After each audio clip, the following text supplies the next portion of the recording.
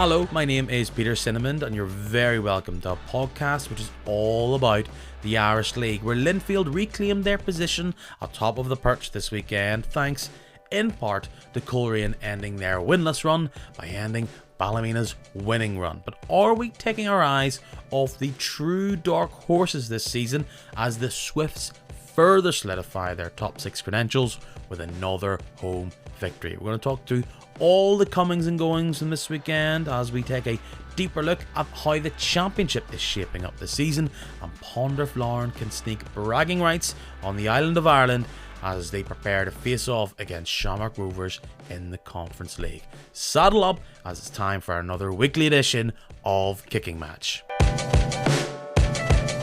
Thank you very much for all the messages about the 100th episode last week. Obviously, when you're in my shoes or you start anything, you start out at 1, and then 99 episodes later, you hit 100. I'm not quite sure when I feel as though I stopped being a new podcast, but it's probably safe to say after 100 that marker is gone. You're no longer the fresh-faced, baby-faced podcast on the market. You're just a haggard, let's hope, teenager in the lifespan of this podcast. It is a bit trite to say this, but it's true. I know that I'm not speaking into the void because you say hello and chat to me and all the rest, so I want to say thank you for that. It keeps on growing. That's in thanks to you telling your mates, shouting about it, so I very much appreciate that. I don't know when the new podcast smell goes away. Maybe it's like the 13th game in the Irish League season. You're hitting the road now and away you go. I guess I should probably say if you do like this podcast, you should maybe like, follow, rate, subscribe to it. But as you know, I'm way too cool to suggest such a thing. If you've been following and listening since episode 1 or episode 56 or 99, I appreciate it, and hopefully you're going to stick around for the long haul. I think this episode will help entice you to stick around, as I think it's going to be a good one. Looking forward this week to very much diving into the lower leagues of the NIFL ladder, as this man knows a thing or two about it. It's great to see the return to the podcast of football writer Lewis Bennett. How art thou?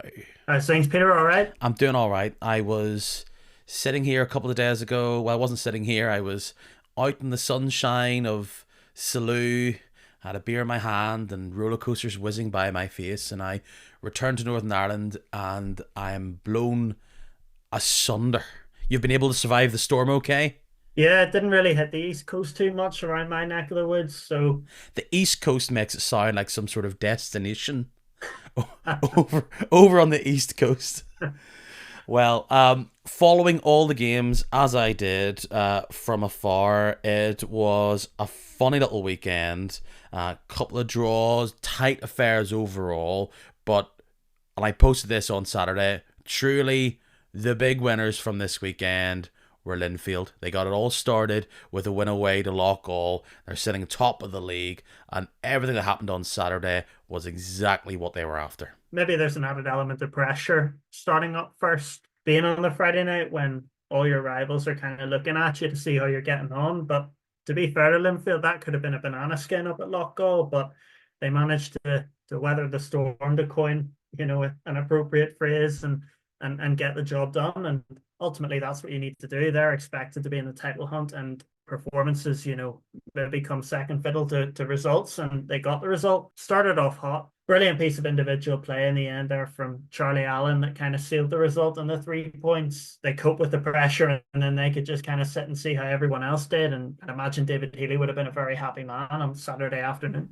Loughgall can't catch a break. I know the answer to this is no, but Cooper didn't mean that, did he? It looks quite fabulous looking back, but it was definitely across the back post, wasn't it? As it sealed over everybody into the goal. Yeah, I think so. One of those cross-come shots, I think he might argue the case for, but whenever he's on form, I think he really takes Linfield up a gear. Linfield absolutely need him on top of their game if they want to try and get the Gibson Cup back. He is the main cog. There's great players around him, there's no doubt, but he adds that little bit of zip and unpredictability that very few players in this league really can. You can see why there was that last-ditch attempt at the end of the summer to bring him away from that club, because he has a spark. He has dribbling ability. He knows where the goal is. We can all think of some fabulous goals that he's scored, the likes of the one against Glenavon last year. But oftentimes he scores in big moments. That game against Loughgall, you're right. That's not even a must win, but must win without panic for a team like Linfield. It's almost a game that you don't even think about as a fixture. It's just the 3 points, and anything else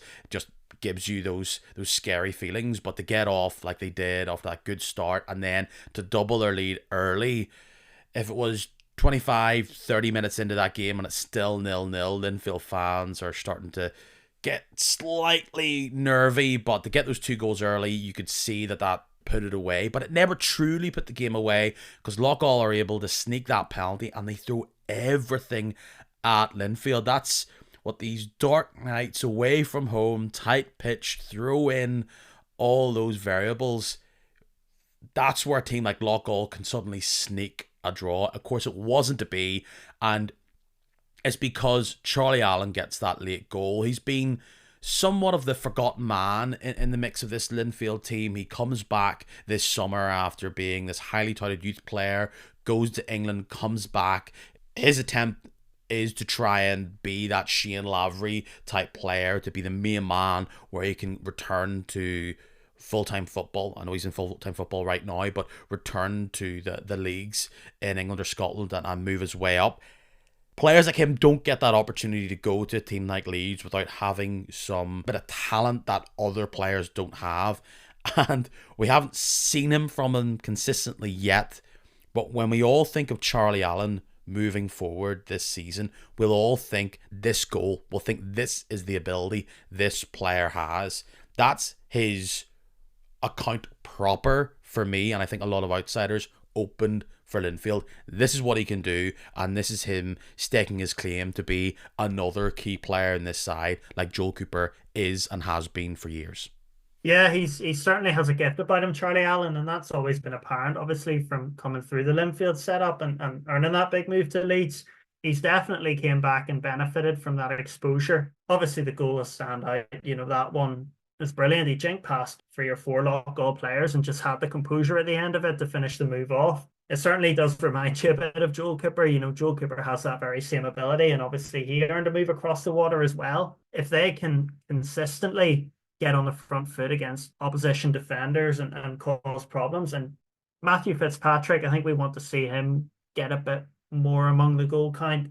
I've always rated him in terms of his focal play. I think if he adds a few more goals to his game, then Linfield have threats across the pitch and could be very hard to stop if they hit full flow consistently. Massive win for Linfield. They've had these bumps along the way, and Larne not getting a win.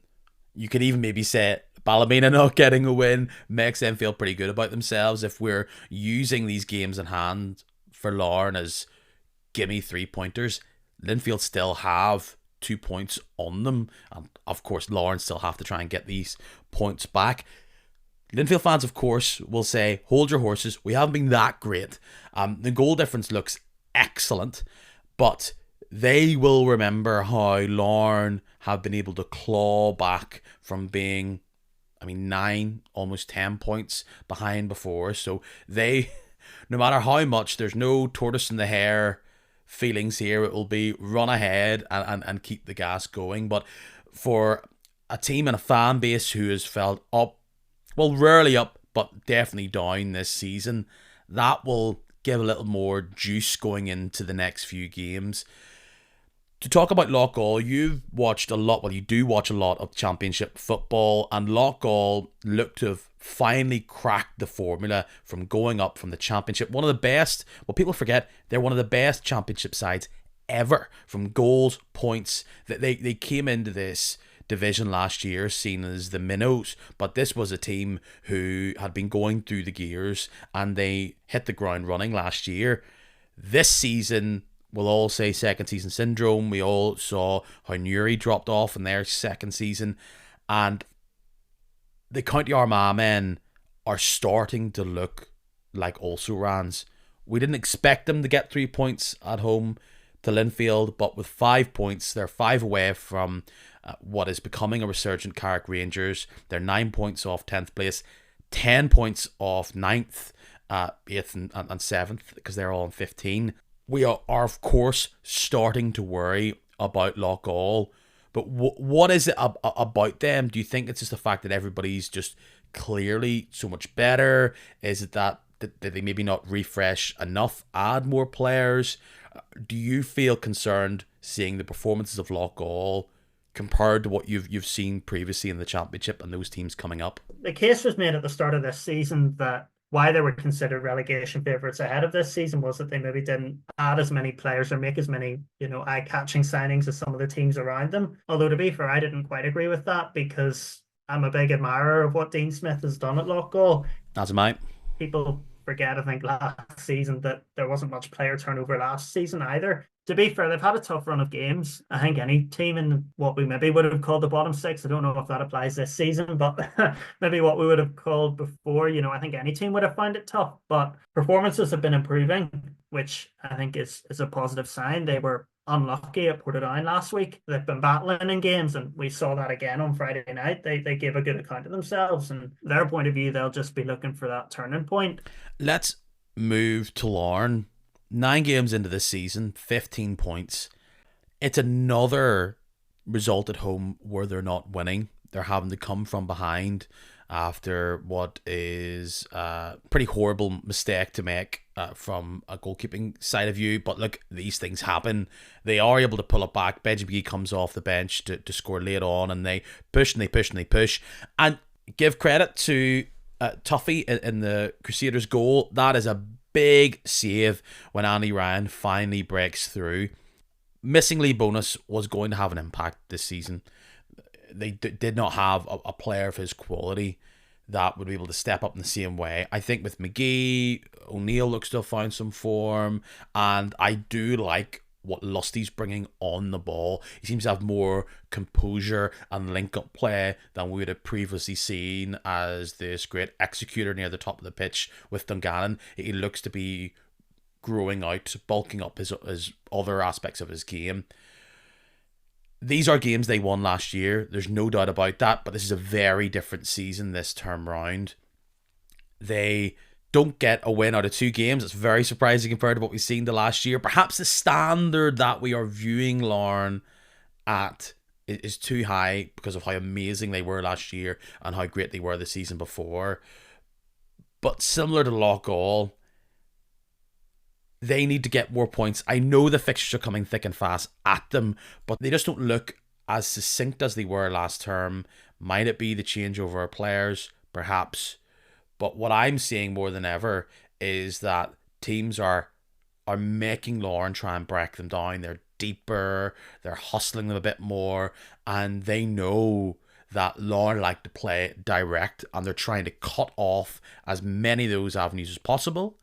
And perhaps they're missing the likes of Leroy Miller, who would be that sledgehammer running deep from midfield and would just get that third man run that they're missing. Midfield, I think, is the concerning area. I know they're missing Keane Bolger, but they don't look as dynamic, and when teams are shutting up shop behind you, you need that lock to unpick, and they're not just getting that the same way they did last term. Yeah, Leroy Miller's a big miss. As you mentioned, Peter, his third man runs and also his movement between the lines. He's a very hard player to contain, and he definitely adds a layer of unpredictability in that area of the pitch.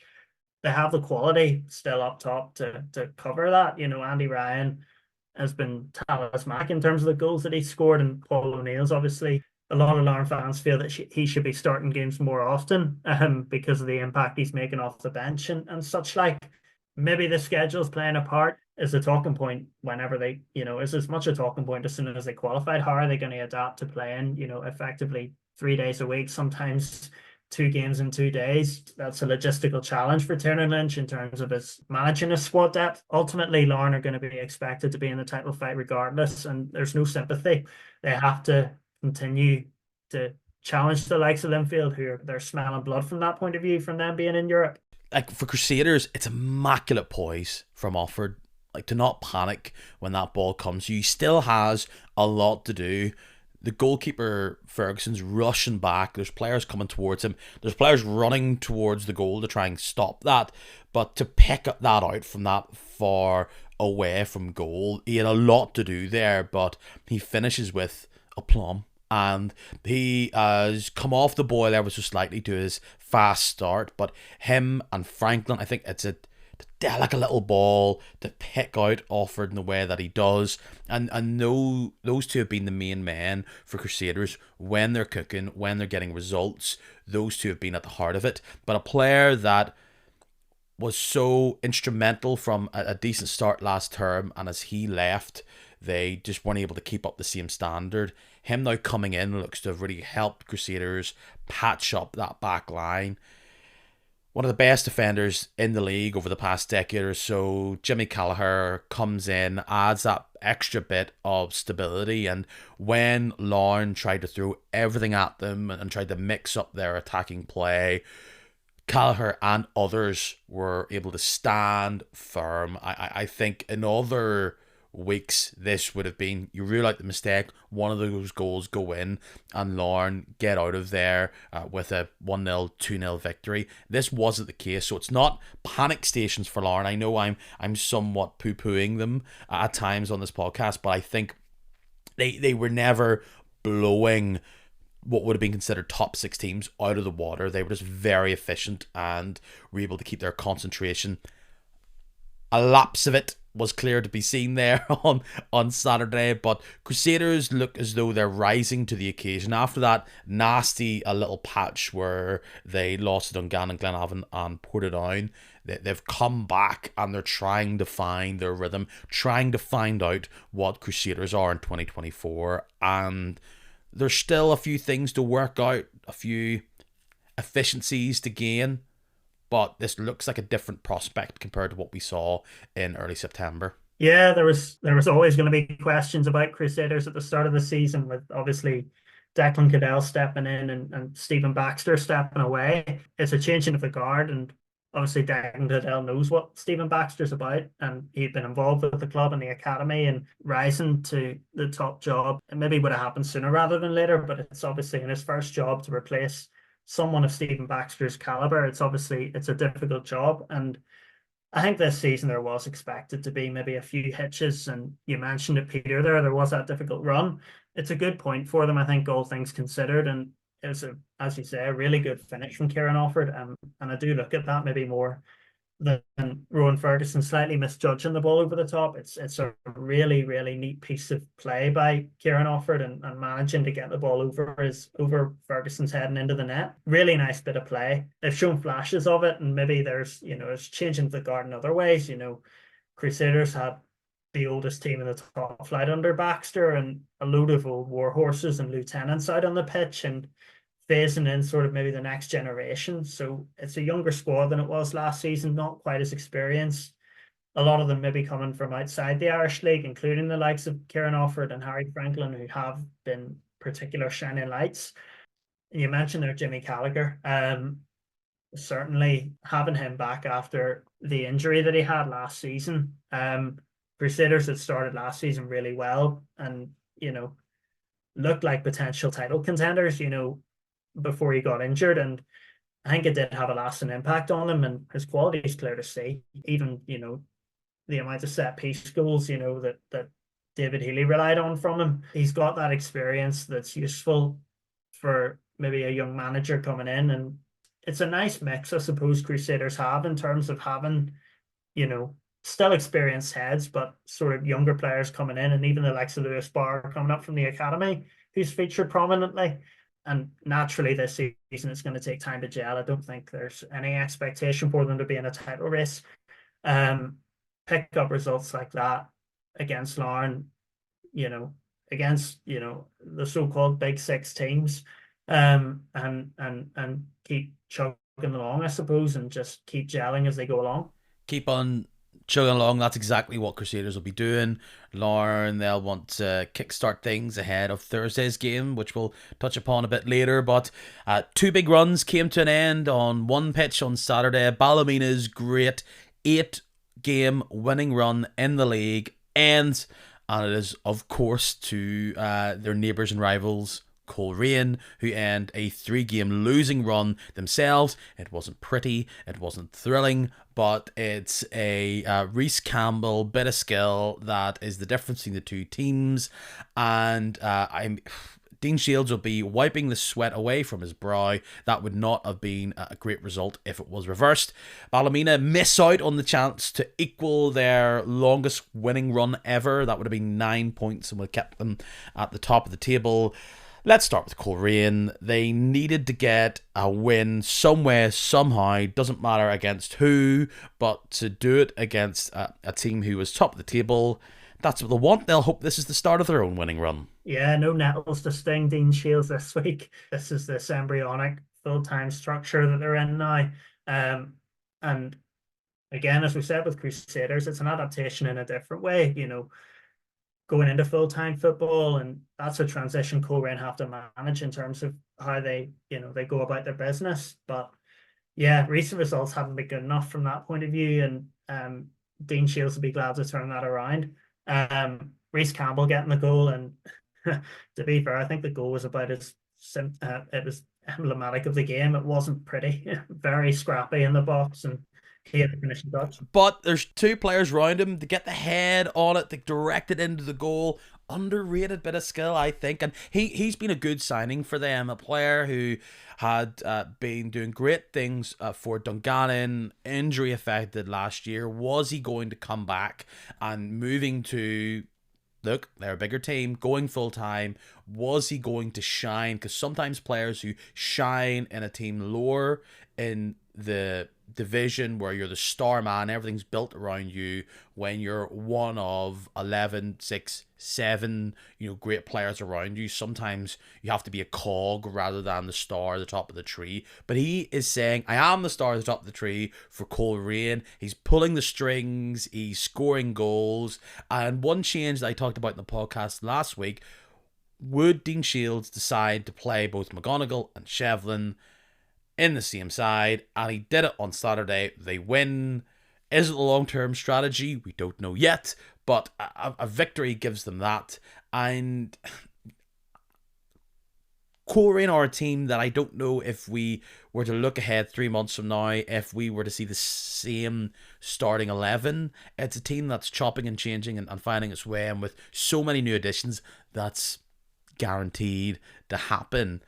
But they haven't been able to stay firm at the back, and on this occasion they were, and it gives them the platform to sneak the goal, batten down the hatches, and squeak out a win in a not so thrilling game. Yeah, I always like Reece Campbell at Dungannon, and Dean Shields got the best out of him there. Good sort of mazy player, can cause problems, run at defenders, and add a new layer, in this case, to the Coleraine attack. Defensive foundation, I think, was important. I think they were still sort of building from that point of view to keep firm at the back and hold out a Ballymena team that's been causing problems, maybe, and even in terms of how they've won penalties as well. Holding their firm and keeping their discipline in defence was obviously a big part of that. There's a lot of attacking talent at Colerane's disposal. Different players can chip in and contribute.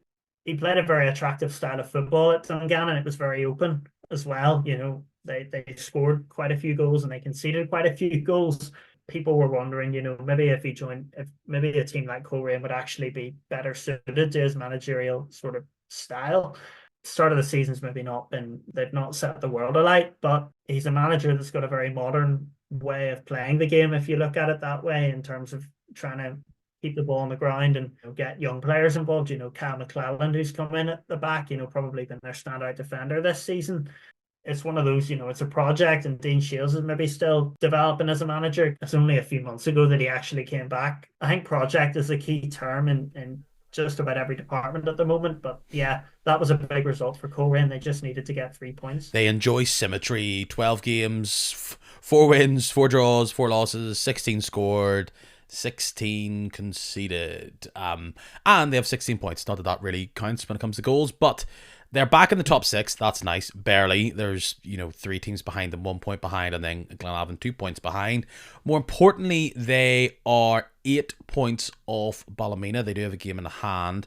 And Colerane's ambitions now, I believe, are to be top 6, be in the mix, see what happens. I know 7th keeps you in there, but you have to feel as though that you can get the results to get you in the top 6 so you can push on.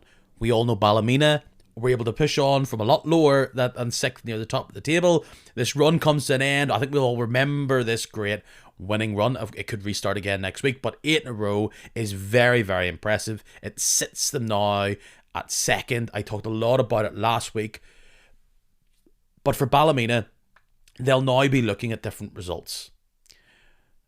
At the start of the season, you probably say that they would have been having a keen eye on Dungannon against Portadown, but they now have a keen eye on that game for very different reasons, because Dungannon winning out against Portadown very impressively. They're 1 point behind Ballymena, 3 off Linfield, all built around this immense home record. It's the best in the league. It is dominant, and you're going to give a lot of credit to Rodney McAree. I think we all should, but Dungannon, as much as Ballymena, are in this race. It is early in the grand scheme of things of trying to get in the top 6, but we're over a third of the way there now. Their home form is excellent. They're winning away against the likes of Larne, and the plaudits have been to Ballymena because they've been so consistent. But Dungannon looked like the sharper side. They look like the bigger attacking threat. They've conceded less as well. They look to be the team that can ride the wave, take the blows, roll with the punches, and against Portadown, they throttled them. You know, you look at some of the highlights and you see nothing for the other side, and then you go, as I often will do, you'll go, right, okay, well, let's go to some of the club highlights and see a more extended picture of the game. I watched the Portadown highlights, and the only thing I could see from there is one shot from outside the box. That was it. The biggest highlight for Portadown in that game seemed to be questions over the free kick. Was Alves brought down, or did he fall down with the tackle? It's irrelevant. The chances for Dungannon were aplenty. To get Andrew Mitchell starting, get the goal, that could be important to where they go beyond this part of the season. They're impressive, they're exciting, and they're winning consistently. Dungannon are great. Yeah, Peter, I think you hit the nail on the head at the start there.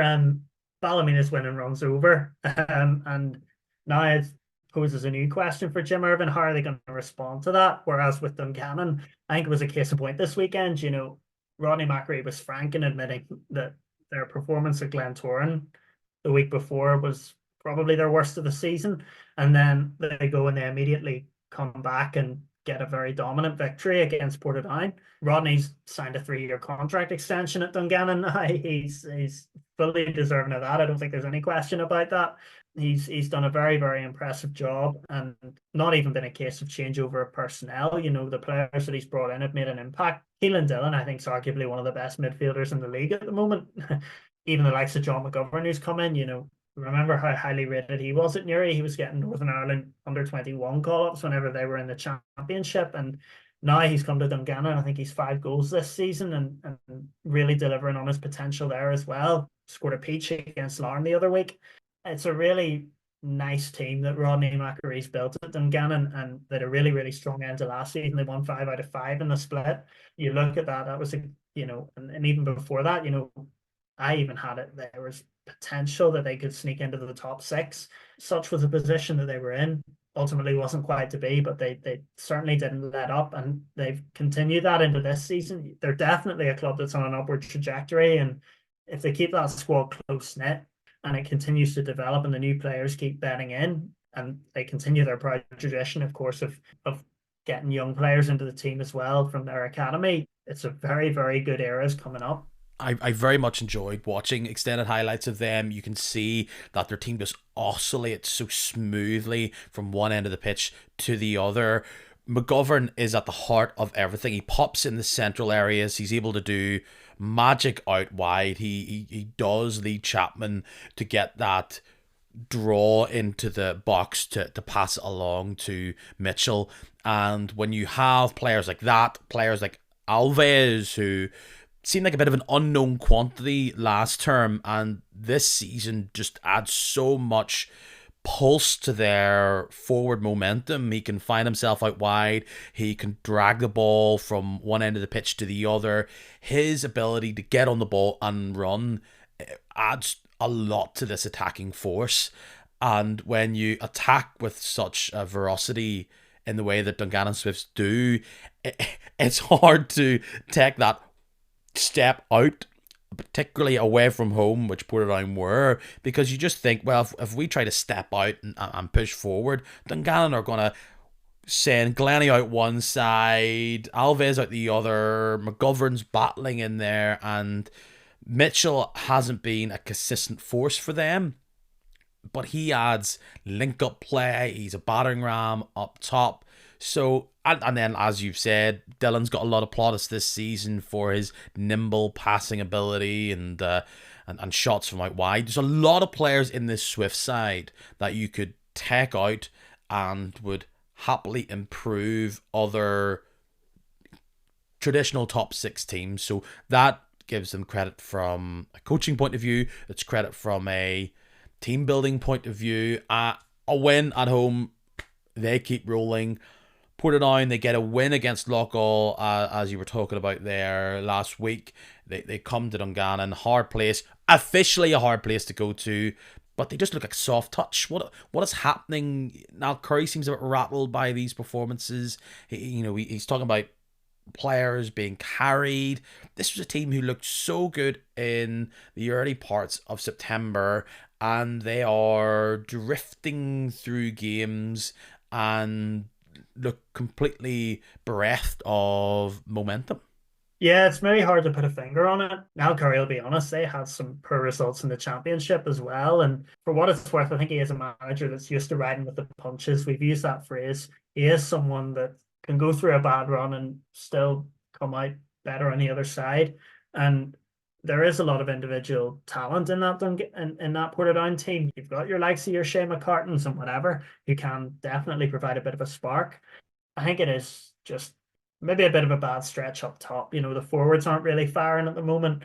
Defensively, they've been solid enough. The likes of Lewis McKinnon and Barisalt on top have been playing well. Aaron McCurry's had a good impact, but to Steve McCulloch free kick, we've seen enough of them over the years. With respect, if that's the kind of goals that are winning you games, then maybe you should be asking questions. Eamon Fife's not really hit the ground running. Paul McElroy's not really hit the ground running. Ahu Obakan has. He scored a few goals, but there hasn't been many goals in the forward line outside of him, for example. It's a problem patch, I suppose, at the moment for Niall Curry. Maybe you can read too much into it because it's early in the season, because, it is part of a longer term project. Ryan Mays, who I think is class. I think he's been class for years. He's been making an impact when he's played for Portadown as well, but I've seen Portadown fans argue the case that he should be starting more because he does provide a lot of creativity and goals and assists.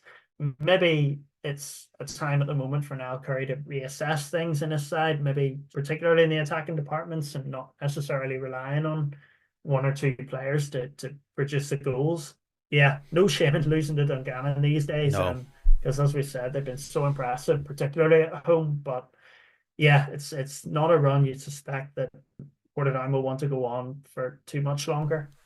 As Portadown's heads seem to drop, the heads that are rising, and the spark that seems to have ignited this for Carrick Rangers is the appointment of Stephen Baxter. The long run of nobody being able to score at the Oval is over now. We saw that. Danny Gibson returns to knock one in, and it's a great point for Carrick. There's no doubt about that. But Glentoran fans will question how on earth they did not win this game. They take the early lead through a sweet strike from David Fisher that takes a little deflection and goes into the back of the net. Frankie Vid is unable to turn that corner into a goal, and they finally get one last chance to stake their claim for the 3 points. An injury time penalty. Carrick were furious that the penalty was given in injury time, and Jay Donnelly steps up, and Glendinning is the man that was able to deny him, and it ends 1-1 on a point apiece. Bigger point for Carrick than it is for Glentoran. I know Glentoran aren't at this stage pushing or have this belief for a title chase, but those would have been two very handy points if they were able to get them. Yeah, definitely. It was a tame enough penalty from Jay Donnelly. Credit to Ross Glendinning for guessing right, but disappointing, I think, in the wider scheme of things for Glentoran that they couldn't win the game. I read Declan Devine's thoughts afterwards. He wasn't keen on attributing blame solely to Jay Donnelly or any individual, because he just said that the game should have been buried before then, the chances that they had. But I think he will be encouraged in terms of how the Glens have been playing recently. Performances have improved. They've started getting results. I'd say on the whole, Glen, it's not a source of concern. Glentoran seem to be performing the expectation at the moment. I don't think the fans would have been clawing for a title challenge. I think they would have just wanted a team that's playing with a good lot of character and go on a cup run if they can. So kind of settle down and sort of be the foundation for bigger things. And I think from that point of view, they're showing signs that they're on the right track. From the other side, Stephen Baxter's come in, seemingly steadied the ship. Have to give credit to the work that Stuart King did it as Carrick Rangers manager, getting them to their all-time highest finish last season in a European playoff. But Stephen Baxter's come in and he's got a couple of results on the board, good win against Coleraine, good draw against Glentoran, and I think that's certainly be viewed as a point gained. It's a very talented Carrick team. Let's not forget that. I don't think where they are in the table is reflective of quality that they have at their disposal. They've got a lot of proven Irish League players in that team. The thing about this Carrick run, and it started pretty much as soon as Stuart King left, there has to be a frustration there that this is pretty much the same team that was getting results last term that weren't able to get them this term, bar when at the start of the season a new man comes in and the formula is rejigged. It's not a massively different team. We're not seeing Paul Heatley play left wing back or Danny Gibson as a false nine or anything like that. There's been tweaks, but Carrick Rangers, the same team that Stuart King would have said there's a great side in here that can get results. They're just not doing it at the minute. But they are now. That's frustrating for them. But they're getting results, which is good. They're climbing away. I know when I talked about the idea that Carrick might be lingering around the bottom of the table, that was thrown away. And it does seem to be that there is life in this team, that they are able to claw their way back away from that part of the table. There's still a wee bit to go, but they're doing it. Getting results at the Oval is clearly not an easy thing right now, but you got to also give credit to, or give a bit of shine to some of these players for Glentoran. The four players will always get the kudos. Fisher gets the goal. Jay Donnelly scoring a number of weeks ago. People are hoping that he can get back up to his best, but this midfield tandem between Sule, we all know the quality he has, and Palmer, this is getting a bit of rhythm. Palmer's really establishing himself as a key cog. Similarly for James Singleton, consistent performer, key man. GLI, rock at the back. Frankie Vid is a wee bit hot and cold, but he is establishing himself very much as someone you to keep an eye on. And yeah, look, this is a blip, but you can see maybe Glentoran are not losing all the time, and they can keep themselves high in that top six, so there's not even a threat that they're dropping out of it. A team who have been really, really struggling for goals has been Cliftonville, and that does not seem to be a concern, which is being washed away after their result against Glenavon on Saturday at home. I think that this game was probably going to edge towards some sort of low-scoring draw.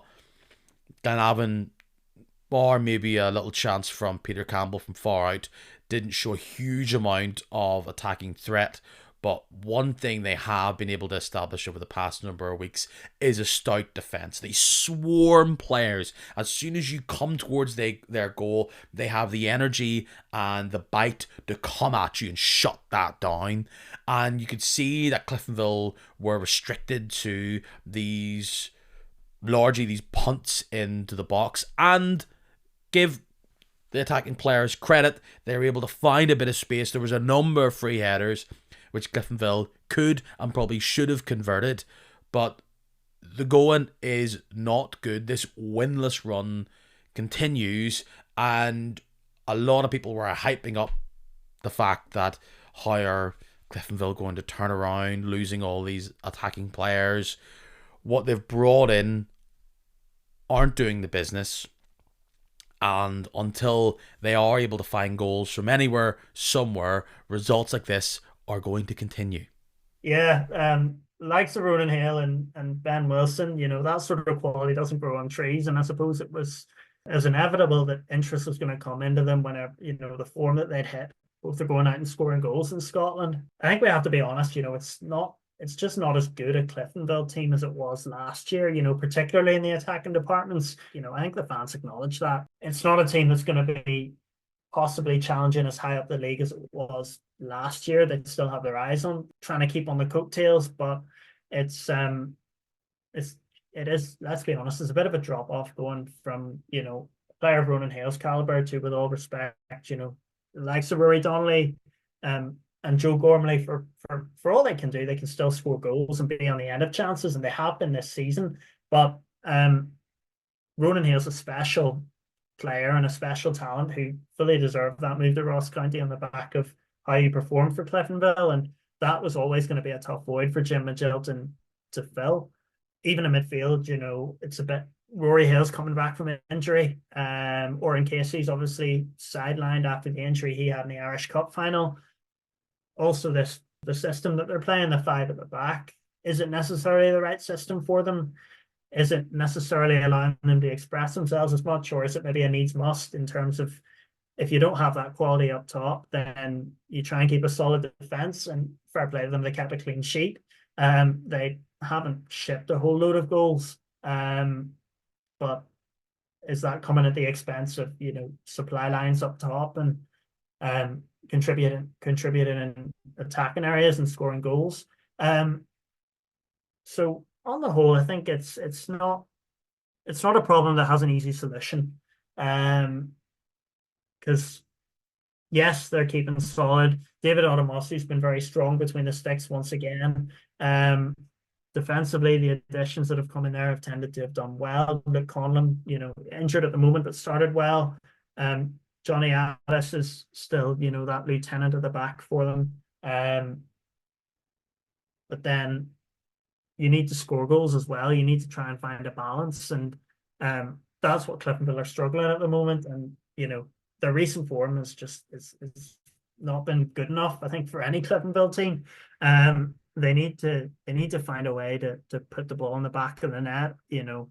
Otherwise, as you say, results like this are going to be par for the course. And absolutely not disrespecting Glenavon. They've done this to quite a number of teams. They beat Crusaders the other week, draw with Larne. There definitely does seem to be an added layer of pragmatism about Stephen McDonnell. I'll admit I was pretty concerned for them at the start of the season. Not the only one. Yeah, I had them as potentially being in and around the relegation mix, but the first three games, the 3-0 defeat to Linfield, I thought they were, be honest, I thought they were really poor in that game. They didn't really lay a glove on them, but ever since that result, they've really got this solid defensive foundation. I think Ballymena is now the only defeat in the last 9 or 10 games, and even then that was a Ben Kennedy penalty. They've been really, really firm in defence, and players like Barney McCune, I think, deserve credit for that. He's been really, really good since he came in. They had grown maybe a bit stale. Now they're kind of reinventing themselves, and maybe they have, maybe it's the same degree of an issue as Cliftonville. They do need a bit more firepower up top for me. You've players like Michael O'Connor and Davy McDade who can provide that. But at the moment, I think, we talk about it maybe if it's needs must for Cliftonville to be defensively solid. I think it is needs must for Glenavon to be defensively solid. And fair play to them, they are.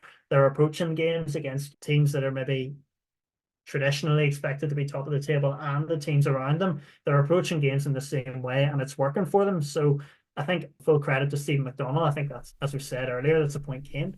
Yeah, 10 goals is the least amount of scored in the league. Larne also sit there on 10 goals scored, but they've played 4 games less. That does pose a question for me for Glenavon. They've, as I said, I picked them as 12th this year.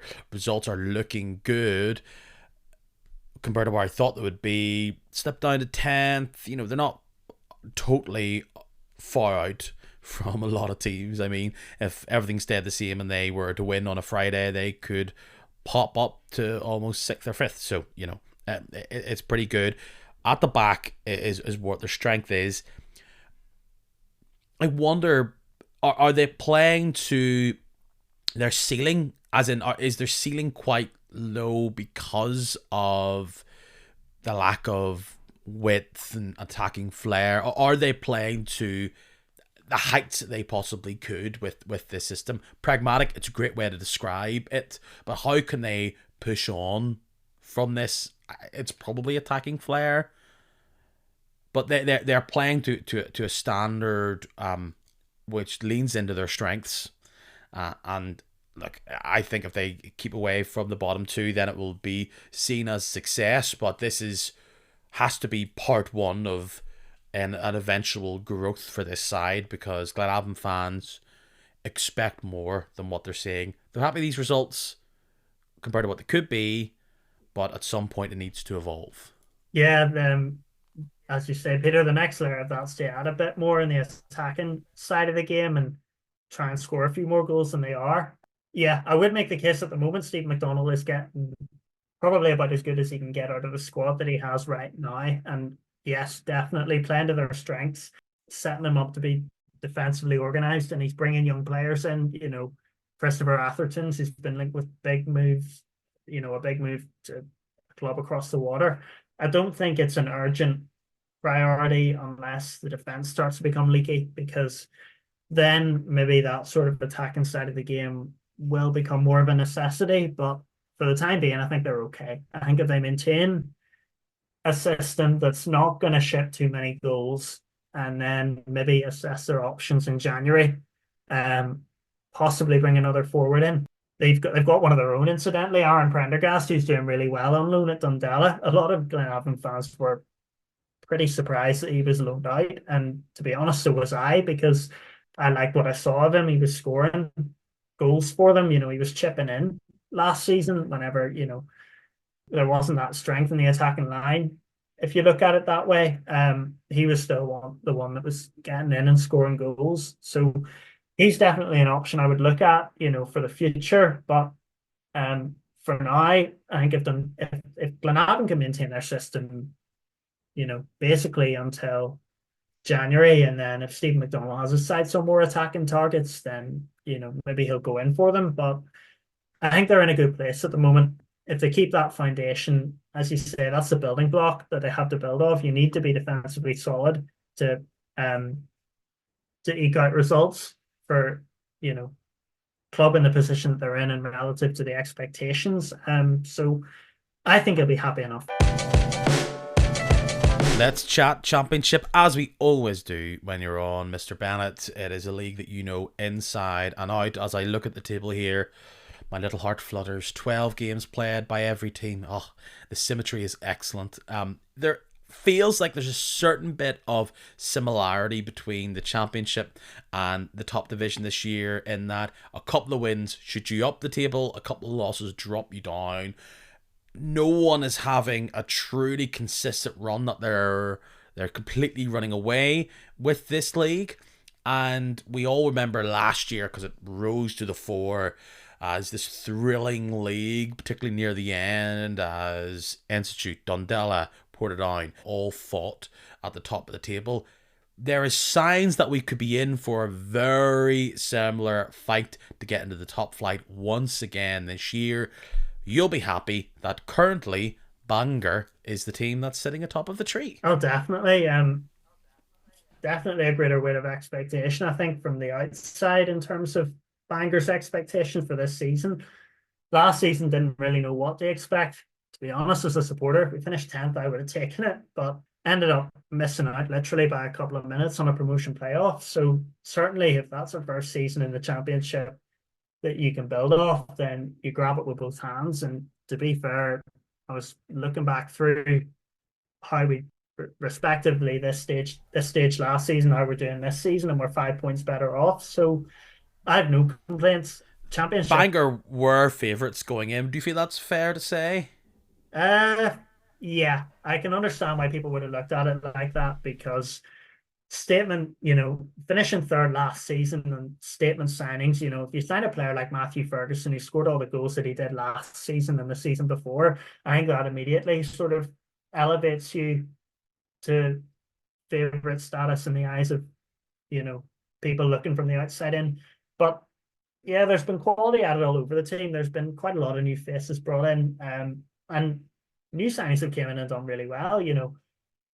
Spike's top goal scorer in the league, 12 goals. Defensively, we've Keegan McGuinness has come in and been brilliant. From Ballyclare, Stephen McGuinness has come in on loan from Cliftonville and done really well. Kyle Owens has got a couple of has been he's got a couple of goals he's been chipping in, at the top end of the pitch and keeping it solid at the back as well. So yeah, the additions that we've made have been good. I did think when they came in that they were signings that could strengthen the team from what it was last year, and I think we're in a good position at the moment. It's as you say, the championship is that classic league where it brings you up and it takes you right down again. You win 3 games, you're talked about as promotion contenders. You lose 3 games, it's a crisis. It's classic unpredictability, and every team's guaranteed to have a good run in the season and maybe a not so good run, or a bad result along the way.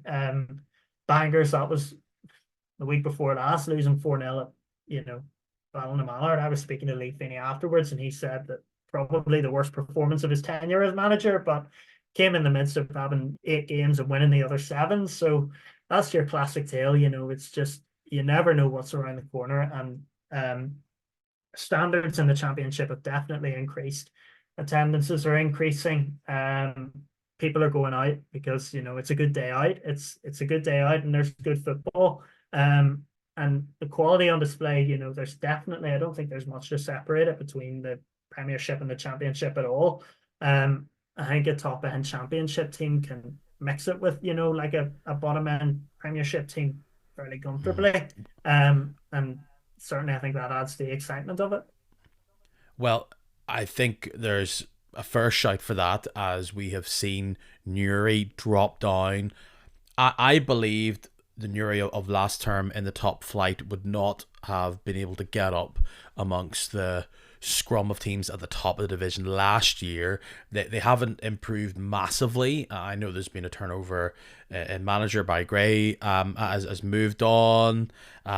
Mullen returns, but he has got a job on his hands because they are sitting there at the bottom almost of the division. They're currently 11th, and they would have had ambitions at least to mix it near the top of the division. That hasn't happened, and the first task on their list will be get away from that bottom, try and get up and see what happens. That's been Portadown found it difficult last term, didn't they, when they went down, and Newry seemed to have followed along in that trend, not to a much greater extent than Portadown, but it hasn't been easy for the team going down.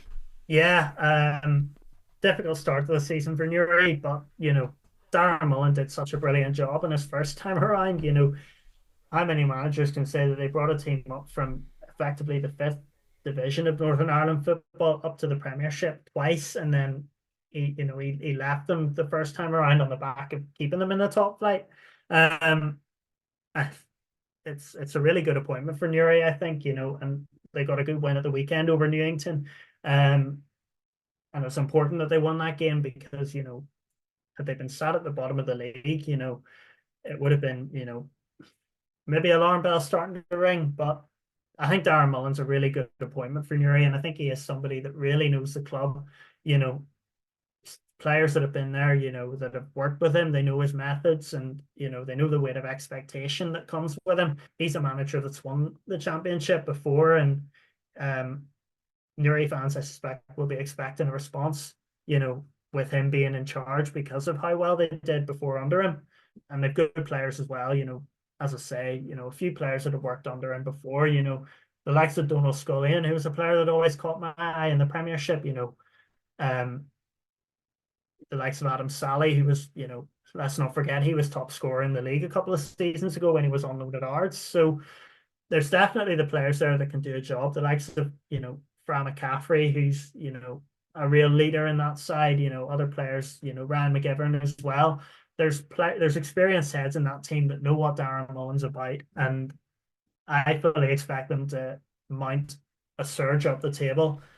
Yeah, they'll have a lot to do. They are 13 points off from 11th from Bangor up at first. So if there's to be a surge, it will have to be prolonged and consistent. And consistency is not something that many teams in this league have been able to get.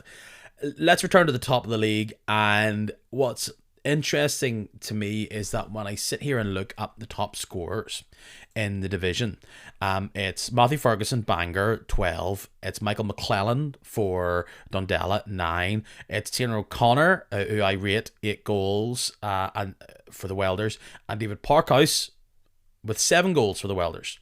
What stands out amongst all 4 of those players? Mr. Yep, Bennett. they all played for the Welders Last season, and they were nowhere near fighting at the top of the division. They stuck with Key as manager, and they are back to where they were expected to be last term, nipping at the heels at the top of the table. Beamy, you don't need to analyse too much about why the Welders didn't do it last term. They've got O'Connor and Parkhouse scoring the goals for them, but there was definitely a missed opportunity for them. They're up there, they're contenders, but like everybody, they're losing random games out of nowhere. Yeah, I do think there's more to it than that, to be fair. It's a very young Welders team this year. There's a lot of youth in the side, playing one of the youngest teams in the division, and they're energetic, like they've got a lot of verve about them. Um, they are a team that's got a spark, and Tiernan O'Connor for me embodies that. He's a player that's electric, his change of pace. He's got the odd stunning goal in him as well. And last season, he was a player that certainly caught my eye every time we played the Welders. Is somebody that can run in behind and dart in between defenders and get goals. Maybe there was an element of, naturally in his next season, I think that was his first season with the Welders last season. His second season, the target you want is to try and get that on a more consistent basis, which you get with age, I suppose. And he's producing the goods. He's been really good. David Parkhouse, again, a player that I liked at Ballymena, maybe sort of had a couple of lean years, but now is starting to get back among the goals and playing an important role for the Welders as well. Josh Key has tended to play just in behind them, the manager's son, but he's getting in with goals, he's chipping in with assists. He's been a linchpin between the midfield and a link player between the midfield and attack. And in the defense, Lewis Patterson is a player that he's a captain. Wore the captain's armband. He's looked at as a leader and has impressed me every time I've seen him as well. So yeah, you can maybe make the argument of inconsistency. They got beat at the weekend there against Ballyclare. They got beat 5-0 against Limavady the other week, which was quite surprising. But I looked at them this season as a team that could have a sting against any side in the division because, with youth brings energy, and they've got a lot of it. They've got dynamism. They've got guys even in midfield, the likes of Dylan O'Kane and Adam McAleenan, who've got a bit of experience, playing at home and abroad. So I think there's a good core for the Welders, and if they can maintain it at the top end of the division, which is, I suspect, what they would have went into this season, kind of hoping to achieve, then yeah, they're doing a good job. Maybe an element of transition, but they're taking it in their stride. Dundela are back up there. They reloaded over the summer. They are 4 points off Bangor. They're third, 1 point behind the Welders. And then Limavady, could they be the side that are repeating the trick that Bangor did? They were massive beneficiaries from the exodus out of Coleraine. They've picked up a number of Coleraine players over the years. They used that momentum from last term to supercharge this run. Anna floating around. They were good at the start of the season, but have fallen off. Armagh City, again, promoted. Better start, falling a wee bit more away now. Ballyclare are just the complete magic 8 ball of the league. They'll thump you, they'll lose. Healy's usually involved in there somewhere. Institute, I mean, they had an awful start to the season after such a great run at the end of last term. Ards, similar to Ballyclare, I'm just running down the league now. They can get a surprise result and then be very, very disappointing. And then Ballymallard they're a team that probably lacks that bit of quality and are your real midline championship team. I don't think they'll go on a run and threaten near the top, but again, can get a result against anybody. And unfortunately for Newington, they look to be the knockbreeder this term. That was a bad loss against Newry from their perspective because they're both on 9. That gives them their jump up. So anything could happen either way. I think you wouldn't be a brave man to say Newington look to be the team that's falling out. But if we're going to say near the top of the league, will you be bold and back Bangor to do it? And if it is them to do it, who's likely to be the team to get second at this stage? Certainly hope so, Peter. Yeah. Um, Last season was definitely, betting into the league. It was around sort of middle of November when Bangor went on a good long unbeaten run that lasted well into the new year, and that really kind of springboarded them into the promotion conversation. So I think the key is just, consistent results, consistently winning. That's ultimately the bedrock of trying to win a league title. And look, it's a championship. As we've discussed, any team can beat any team, and you can be, if you're not up for it on any given day, it's you're asking for trouble. In terms of the other teams, Dundela, to be fair, have maintained their level.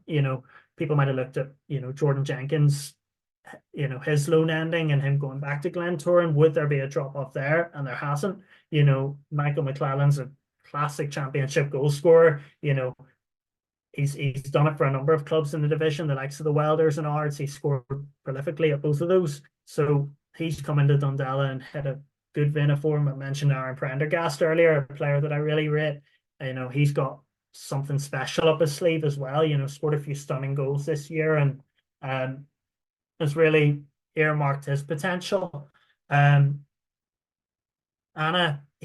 even last season, Anna had a slow enough start to the season in the first half, and then they're probably the team to beat the second half. They hit a really good run of form, and they've not made much change to their playing squad. There's not been a great deal of turnover, not many players coming in, not many leaving, so it's consistent.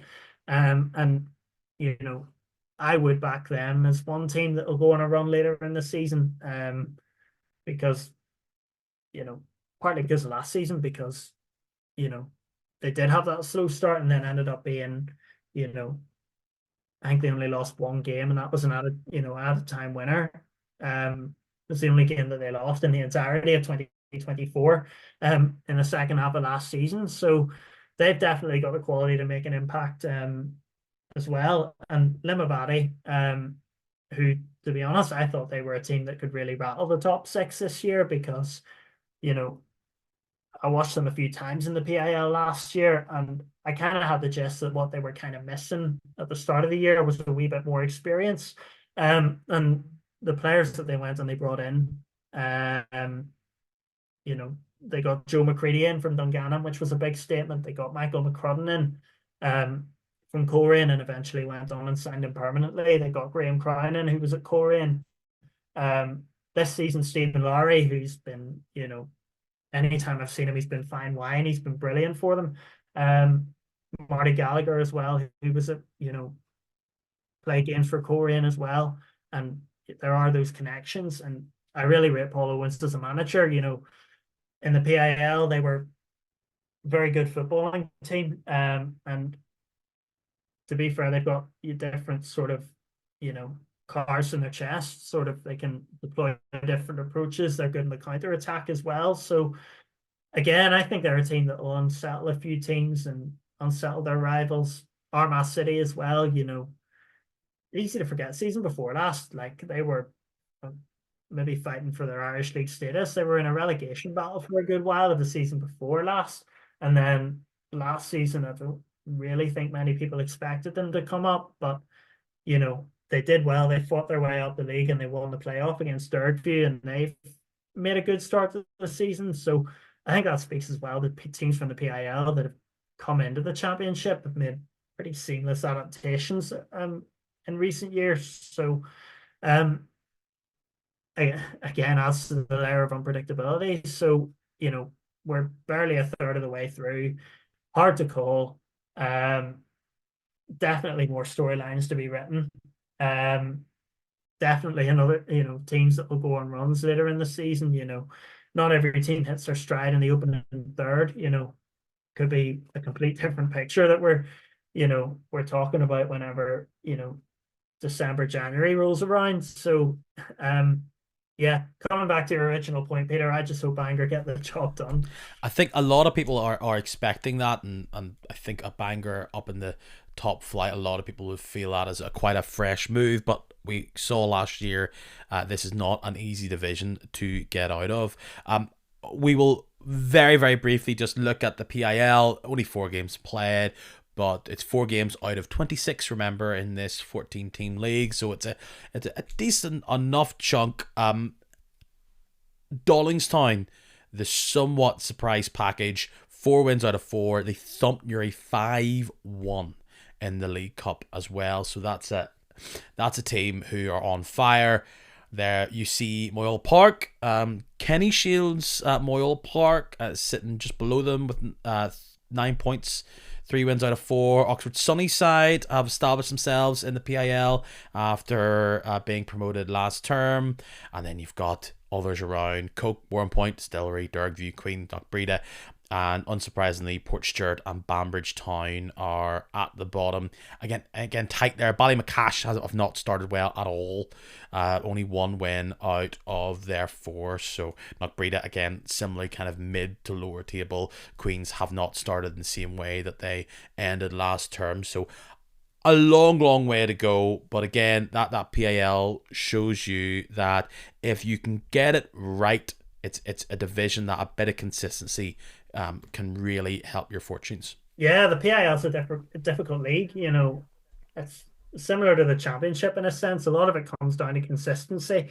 And I think we've seen that over the past maybe couple of seasons, is that, the most consistent team in the division is ultimately the team that wins it.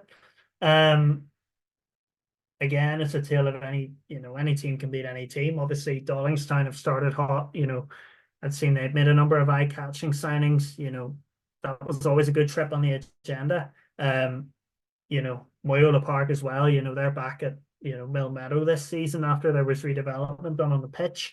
That seems to have provided them with a bit of a bounce. And Kenny Shields in as manager, and a player like Kenny Kane, who was playing in Irish Cup finalists not so long ago, is now sort of talismanic for them. So there's definitely quality in that squad as well. Ballymacash, you would probably expect an upturn in fortunes as well, and Rathfriland as well. I think Ballymacash, I went to watch them against Banbridge in the League Cup preliminary round, and they were very impressive on that occasion. They were pretty dominant from kind of the get-go. So yeah, you would expect them to eventually make a rise up the table. There's good players in that team, and there's a quality to be competitive in the championship. The likes of your Benny Iggions and your Adam Neils, who've been and done it and scored goals and such like, and all across the pitch. And Rathfriland as well, with a player like Callum Dugan, who was, scored double digits for Ards, particularly the first half of the season. He was very impressive. So, um, yeah, there's again 4 games played, which maybe is a talking point in itself because um, all these other, the top 2 divisions are in full flow, and the PIL is seemingly playing catch up, obviously because of cup competitions, and maybe that's a discussion point on its own. Possibly, how do you align the PIL in that sense with the Premiership and the Championship in terms of how the league is kind of played out? Um, but yeah, it's as I've said, teams that have come in from the PIL have tended to do well whenever they've made the grade. And I think that speaks to the quality of the league as well. It's definitely been rising in the past few years. And um, you know, a lot of it's still to be written. You can't judge anything after 4 games. So yeah, let's see what sort of storylines progress out of there. Larne versus Shamrock Rovers, Windsor Park. It was the big fixture which emerged from the draw. There'll clearly be bigger games against more heritage, bigger sides for Larne to play, but this is the one where they're thinking they could win. This is the game that has so much more significance in regards to just football on this island. Rarely will the champions from both divisions face off, and especially face off in a game that matters as much as this. Shamrock Rovers are now sneaking their way up to probably taking the title this year again in the League of Ireland, when they look to have completely scuppered their chances. The teams above them in Shelburne and Derry seem to then go, we like the look of that, we'll just scup our own chances as well. So, particularly Shamrock Rovers will have other things on their mind, as they only have, was it 2 games or so left in their league chase. But this is significant. Larne will want to win this for a variety of reasons, but mainly they want the win in the Europa Conference League. Getting there is great, all the money, all the pomp and circumstance that comes with it. But there's not a massive rivalry between the League of Ireland and the Irish League. But I think everyone, even if you're not a Larne fan, will kind of want to give Shamrock a biff on the nose and to win out for all of the Irish League. Yeah, it's interesting, I think, how Shamrock Rovers actually approach that game, because we're down mathematically to 4 teams that can win the League of Ireland with 2 match days to go. It's gonna be between one of Shamrock Rovers, Shelburne, Derry City, or St Patrick's Athletics. So um it's a difficult balancing act, I suppose, in that sense. But on paper, Rovers have Dundalk and Waterford, which on paper is the easiest of the double headers out of the 4 challengers. So yeah, pride at stake, perhaps. Yeah. Kind of harks back to the old sort of the Satanta Cup days, or even forget even what you call it, that old competition that there was a couple of years ago. I seem to remember Dundalk absolutely biffing Linfield, but yeah, definitely intriguing, I think, for the all island aspect of it. Um, expecting, it's a 5:45 kickoff. Maybe would have suited the 8 o'clock slot a bit better, but I still expect a big crowd at it. Obviously, a lot of people traveling up from Dublin, and people going down and watching Larne. It's definitely a mouth-watering battle. You look even on the pitch, like, if 2 McInniff brothers on each side as well. Sibling rivalries and everything. But yeah, as you say, Peter, the fundamental of it, take the rivalry element out of it. Larne want to win. Maybe it's the most winnable game from Larne's point of view. I want to win all of them, of course, but this will be their first win if they do get it over the line. And make no mistake about it, they'll have to be at their absolute best. Because Shamrock Rovers, as they proved over the last couple of seasons in the League of Ireland under Stephen Bradley, they've got the job done. It's not their first experience of a group stage / league phase under him either. A couple of seasons ago they qualified, so they've been in this environment. They know what the demands are. Um, for Larne, yeah, Larne's point of view, they'll just need to keep cool heads, and ultimately the focus has to be on the 3 points. I think above all else, get the result out of Saturday out of the system, and just completely refocus minds, because we've talked about maybe even the lucrative rewards that come from qualifying for Europe. It's 500,000 euros for a win in a European group stage. My point exactly. I mean, a win here is like half a mil almost in euros. Like, Yeah, this is a really, really big. If a game is winnable, this is a big game for you. You know, a yeah. draw gives you a bit of cash as well. So, a sneaky, whatever it may be, over the top for Lusty 1-0. It's like that's multiple Irish League wins there, with one game in Belfast. So, like we talked about how much we expect the Conference League to long term potentially change the trajectory of Larne's future. A win against Shamrock Rovers could be a massive signing for them down the line. So I'm expecting it, to be honest, to be maybe 1-1, 2-1 Shamrock Rovers. But I'm looking forward to seeing the spectacle and the game. Yeah, that's it. And talk among a lot of people in the Irish League community about potentially an All Ireland competition returning, and we've seen it in the women's game where it's proved very successful, and very popular. With the likes of players, definitely there's an intrigue from that point of view to kind of assess consensus views. The League of Ireland slightly stronger than the Irish League, but has that been legitimately put to the test in a way that it will maybe on Thursday night?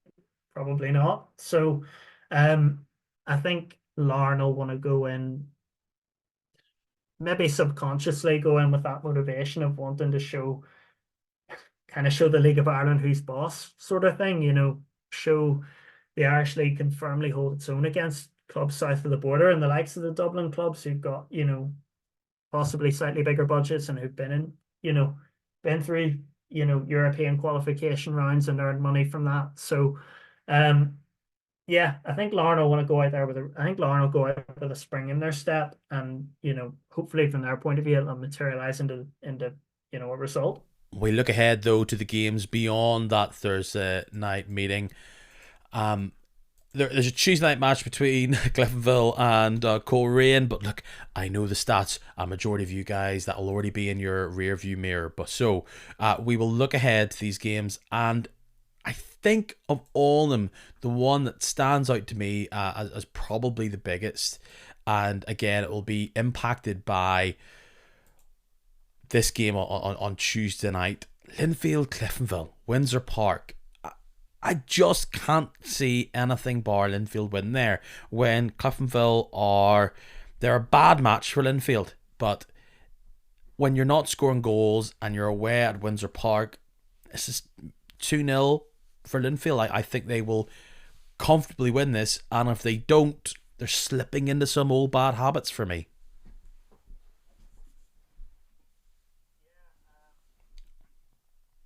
Yeah, urgent as I think it comes back to the top of the episode. From Linfield's point of view, it's 3 points. However they come, just 3 points. Keep building that foundation to try and win the league. Cliftonville need a lift. I think that's stating the obvious. They need to hit the back of the net again. They just need to find a way. But Linfield look in a strong position going into the game. They're starting to fire on all cylinders. They probably have a bit more flexibility in their attack. Um, and crucially, the attack's firing. They're scoring goals. So yeah, I'm with you, Peter. I'll go 2-0 Linfield for that one. We'll speed through this here because I look at Ports against Larne. We don't know what will happen against Shamrock Rovers. Win, lose, or draw. I know it's at Shamrock Park. I think Larne will make easy work of Portadown. I appreciate Portadown fans will let me hear it if it's some sort of 1-0 win for them or a 1-1 draw or something. But I think Larne will have the quality up top, and I haven't seen it from Portadown's attackers in a number of weeks. Sunday, 2 o'clock, I think that's 2-3-0 Larne. Yeah, hard to know what to expect in that one. On paper, you'd think it's not quite as testing for them as Dungannon would have been, although they still probably would have been expected to win the game. Um, and particularly with it being a home game, obviously, well, home in inverted commas, um, there's not the travel inconvenience, So probably a recovery, quick recovery, back in the training session, and it'll be like preparing for a normal game for them, or at least more like it. So yeah, I would expect Larne to win that one. I don't really see Portadown if they are to make a recovery. There's been all these late goals that they scored before, but I think Larne have the edge on that one. If Glenavon are a team that swarms you from a back line, Portadown are a team that stands off. And if you see the way that John McGovern was able to run at you and cause them havoc, I think Larne have not only Andy Ryan, but you have Lusty and Benji McGee, who will happily, or even Conor McKendry, who will happily have the ball at their feet and run at you. And I think that will slice through the defences of Portadown. Dungannon are looking really good at the minute, and they are at home again to Loughgall. Another signed, sealed, and deliver win, surely for the Swifts. I am expecting this may be a catchphrase for me between now and Christmas, but I'm expecting Loughgall to pop up somewhere unexpected and win. I just don't think it will be at Stanmore Park this weekend. No, I agree. Dungannon's home record is very strong. Their form in general is very strong. They're on a high after the weekend. They've got momentum. Loughgall don't. But as you say, Loughgall needs somewhat. It is crying out for it. I suppose Loughgall will pick up a result somewhere. And it's a local rivalry. Like there is a big derby feel to this one, and standalone derbies kind of pump you up. So maybe Loughgall have been putting better performances in, and they have been sort of building towards trying to get a result. Um, but I do see Dungannon as favourites to pick up all 3 points there, and I'll go two I'm nil, gonna be 2-0. I'm gonna be bolder than that. I'm gonna say 4-0. I think perhaps it'll all depend on maybe a bright start from Dungannon. I can see on that surface, which they love so much, Loughgall not used to that surface themselves. I think they could get an early goal, and you'll see a number of Dungannon players run it at the Loughgall backline, who've been shaky for fun. A big win for the Swifts. Coleraine against Glentoran at the showgrounds. Sometimes tetchy. I can't see this being entertaining. This is a 0-0 for me. Glentoran haven't got a great away record this season, and Coleraine could just be a bit tricky for them. There's a scenario where I see a big long rangy goal giving Coleraine the edge early, and Glentoran struggle to break down and get the goal back. But I can see this just being tetchy, and as the minutes go by, opportunities for goal dry up. 0-0 at the showgrounds for me. Yeah, Coleraine kind of need, well, they've got to win. They've obviously got the game on Tuesday night, but they'll want to go into that game with momentum, and beat Cliftonville and um, get the 3 points there and go in with a bit of momentum, which I think could maybe change the picture and put a bit of a spring in their step. Glentoran probably reeling a bit from the late penalty, but apart from that, they've been solid. Um, I don't think it could be a bit dour, but I do see it being a game that could be, I think it's a one goal game. I do think there'll be a winner. Quite who I lean to might depend on Tuesday night, but I see Glentoran sneaking it. I'm going to go 1-0 Glentoran. I can see it. Cruz Ballymena. I don't know how much that game against Coleraine really changes this. I've said for a number of weeks that Ballymena are winning hooker by crook, and Crusaders are looking stronger defensively. I think Crusaders are going to win this 2-0. I feel strong that they, seeing that draw it against Larne at home, they have a bit more of a pep in their step.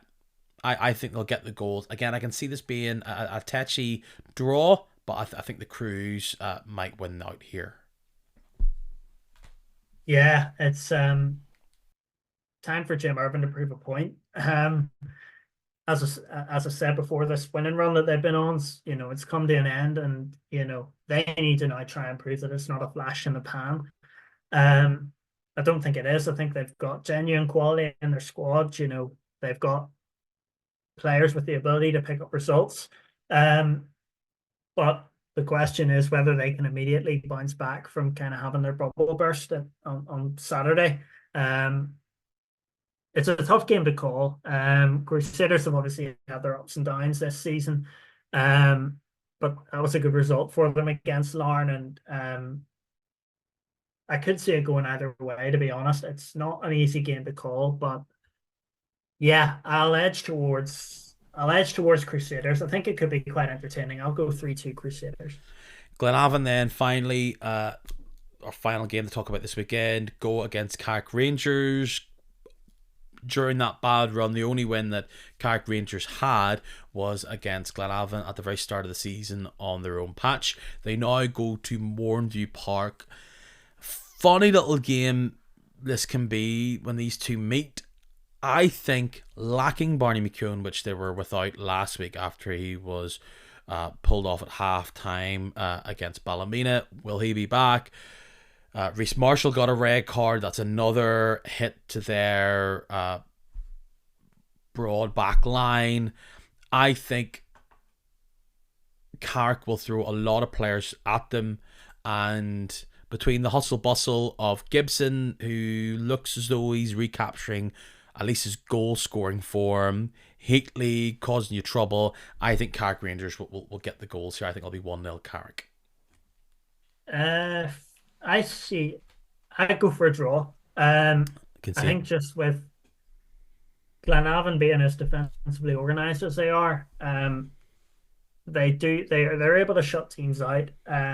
It's just whether they can be a bit more of a threat, on the opposition backline. Carrick have now got, I suppose, that new manager bounce. Good point for them last time out. But a long way to go in this game, and Glenavon are sturdy. I don't think Carrick can afford to underestimate them at all. And Carrick certainly do have a wealth of attacking options. Maybe motivation, the likes of remember in this fixture last season, Danny Gibson scored from the halfway line. So there's a couple potential for moments that could go against the script. And Carrick do have good attacking options that can cause the Glenavon defence problems. But I see the teams cancelling each other out. I'm going to go 1-1. Lewis, as usual, when we sit and chat, it's a big one. It's a long one. Where can people find other works of yours, bar live tweeting from Bangor Reserve games? Yeah, so you can find me on X. Well, X, formerly Twitter, on @BennettLewis75, and then I have the Football Chatters blog, which is footballchatters.co.uk. Tremendous. Lewis, thanks again. I look forward to chatting to you soon. Till next time, all the best. Pleasure, Peter.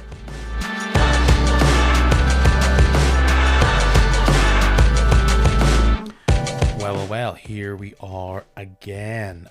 If you're at this point in the podcast, maybe you're new, and I'm sure I have to remind myself that there's plenty of you new people coming in every once in a while. It just happens to randomly find it from some random meme or whatever I decide to post.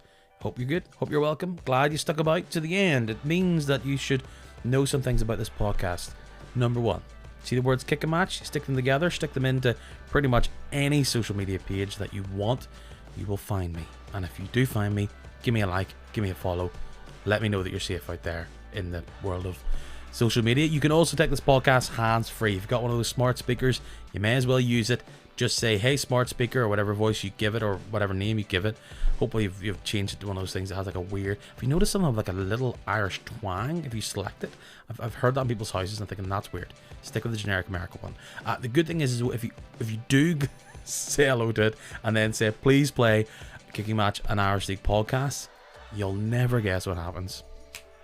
Latest episode comes up. Go on, try it. Give it a go. Even if you're listening to this on a device, go ask your smart speaker to do it. It adds to my listening numbers. So thanks again. Guys, it's been a fun week.